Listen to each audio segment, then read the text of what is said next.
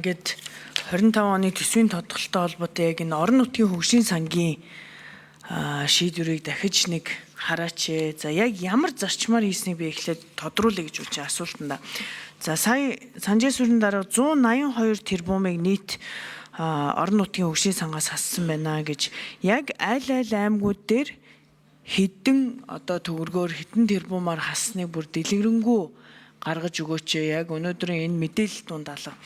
Зөвхөн одоо сая бүрүүд орж гişүүн ховдыг ярьлаа. Гэхэд Увс аймаг мөн одоо тэндээс хүмүүс үтж байгаа нь хамгийн өндөр одоо увсаас хассан байна. 17 тэрбум шахуу хассан гэдэг ч юм уу. Тэгэхээр бид нар оны эхэнд орон нутгийн хөгжлийн санд нүүрсийн үн ийм байна гэж төлөвлөд өгчдөг. За бид нар их хурал дээр зөндөө асуусан өнгөрсөн намар энэ өөдрөг төсөөлсөн үү гэсэн үгүй энэ яг зөв төсөөлсөн бид маш их орон зайтай төсөөлсөн гэдэг. Тэгээд орон нутгийн хүмүүс буруу байхгүй одоо ингээд тэр төлөвлөлтийн алдаанаас болж ингээд бүх ажил нь гацаад байдаг.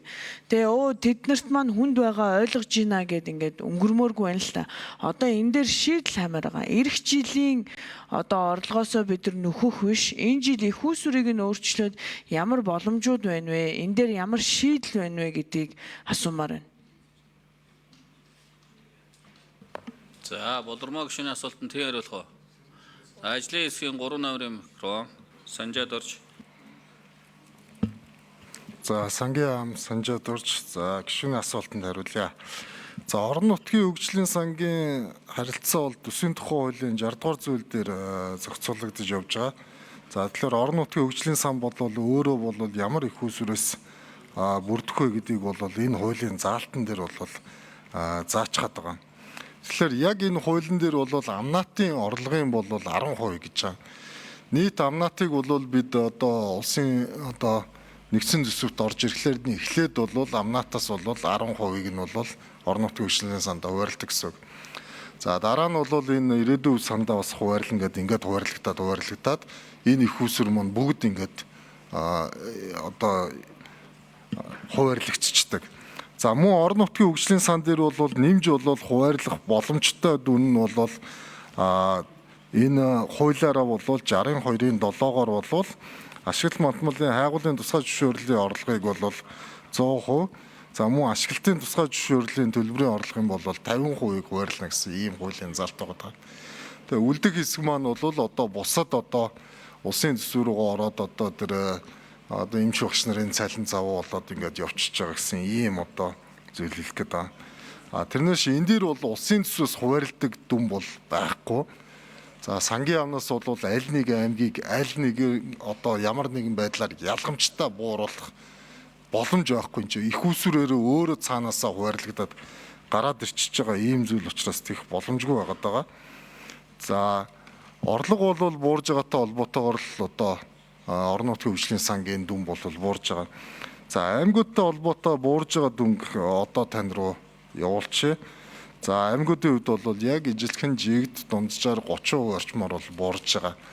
За нэг ялгаатай зүйл бол аймагуд дээр бол гарч ирдэг. За тэр нь юу вэ гэхээр орон нутгийн хөгжлийн сангийн одоо тэр амнаатын тэр орлогыг бүрдүүлж байгаа, дийлэнхийг бүрдүүлж байгаа одоо аймаг дээр бол арай өөр бас одоо давуу талд гэх юм уу да тийм томьёо бол бас явдаг. За тэр нь бол нийт амнаатын орлогын бол 60%-ийг бүрдүүлж байгаа Өмнө Говь аймаг.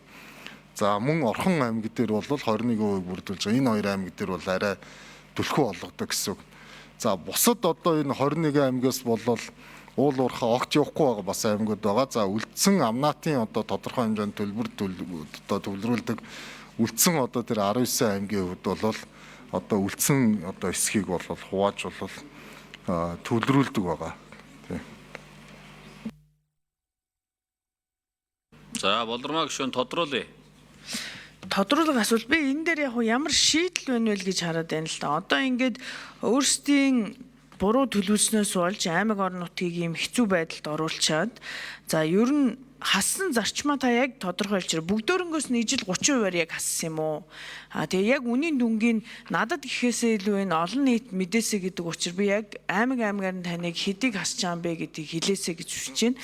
За сүүлд нь нэмж тодруулж нэг зүйлийг бас хэлэхэд та түрүүн хэлсэнд орон Говь ховд 2 орон нутгийн хөгжлийн санда хандив тусламж цуглуулдаг гэдэг ийм ярьсан. Энэ хандив тусламж биш шүү. Моинко компанитай орон нутгийн хувьд хамтран ажиллах гэрээ тухайн орон нутагт үйл ажиллагаа явуулж байгаад орон нутагтай хамтран ажиллах гэрээнийхээ үүргийг биелүүлж байгаа болохоос биш хандив тусламж гэж үзэж харж болохгүй шүү. Ийм маш том одоо наа чи бүр философийн алдааны үгний алдаа гарч шүү гэдгийг хэлээ. Тэгэхээр яг аймаг За ажлын хэсгийн 3 номерын микрофон. За сангийн ам санжаад орж гишүүний асуултанд хариулъя. За хандив тусламжийн хувьд бол яг төсвийн тухай хууль дээр байгаа нэршлэр навцсан. За аймагуудын хувьд би танд файлыг нь одоо явуулчих. Тэгээд энэ аймаг өрөөр нь уншаад өгөөч гэж суучсан уншия. За жишээ нь Архангай аймгийн хувьд бол 14.5 тэрбум төгрөг батлагдсанаас тодглоор бол 9.6 тэрбум төгрөг болж 4.8 тэрбумаар буурж ин хувьчилж идэх юм бол 33.1%. Баян-Улгийн аймгийн хувьд бол 14 тэрбум төгрөгөөс 9.3 болж буурж ин хувьчилж ил бол 33%. За Баян-Хонгор аймгийн хувьд бол 23.5 тэрбум төгрөгөөс 18 тэрбум төгрөг болж 5.3 тэрбум төгрөг буурж ин за хувьчилж идэх юм бол 22.9%. За Булган аймгийн хувьд бол 15.2 тэрбум төгрөгөөс 11 тэрбум төгрөг болж ин за нийтдээ бол 4.1 тэрбум төгрөг буюу хувьчилж ил бол 27.4 тэрбум төгрөг. Говьлтай аймгаас бол 24.9 тэрбум төгрөг, байсан нь 18.3 тэрбум төгрөг болж байна. За энэ нь бол 26.8.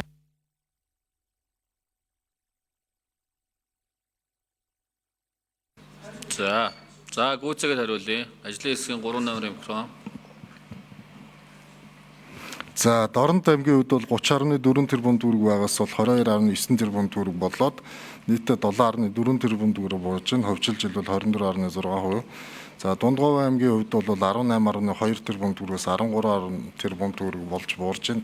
5.2 тэрбум төгрөг буюу 28.6% буурж байна. Завхан аймгийн хувьд бол 17.2 тэрбум төгрөгөөс 12.4 тэрбум буюу 28.2%-аар Үүрэнгээ аймгийн хувьд 17.2 тэрбум төгрөгөөс 12.2 тэрбум төгрөг буюу 29.6%-аар за Өмнөгов аймгийн хувьд бол 60.7 тэрбум төгрөгөөс 43.7 тэрбум төгрөг болж буурж байна. За энэ 27.9%-аар буурж байна. Сүхбаатар аймгийн хувьд бол 26.5 тэрбум төгрөгөөс 19.7 тэрбум төгрөг буюу 25.8%-аар буурж байна. Сэлэнг аймгийн хувьд 31.3 тэрбум төгрөгөөс 23 тэрбум төгрөг болж буурж байна. За энэ 26.3%-аар буурж байна. Төв аймгийн хувьд 28. За дунджаар ер нь 24-өөс 33%-аар буурж байгаа юм байна, тийм үү? За нэмэлт тодруулга авсан. 2 удаа авчлаа. Та шаардлагатай бол болормоо гишүүнд бүх аймагуудын орон нутгийн хөгжлийн сангийн төсвийг өгчөө. За Алтан гэрэл гишүүн.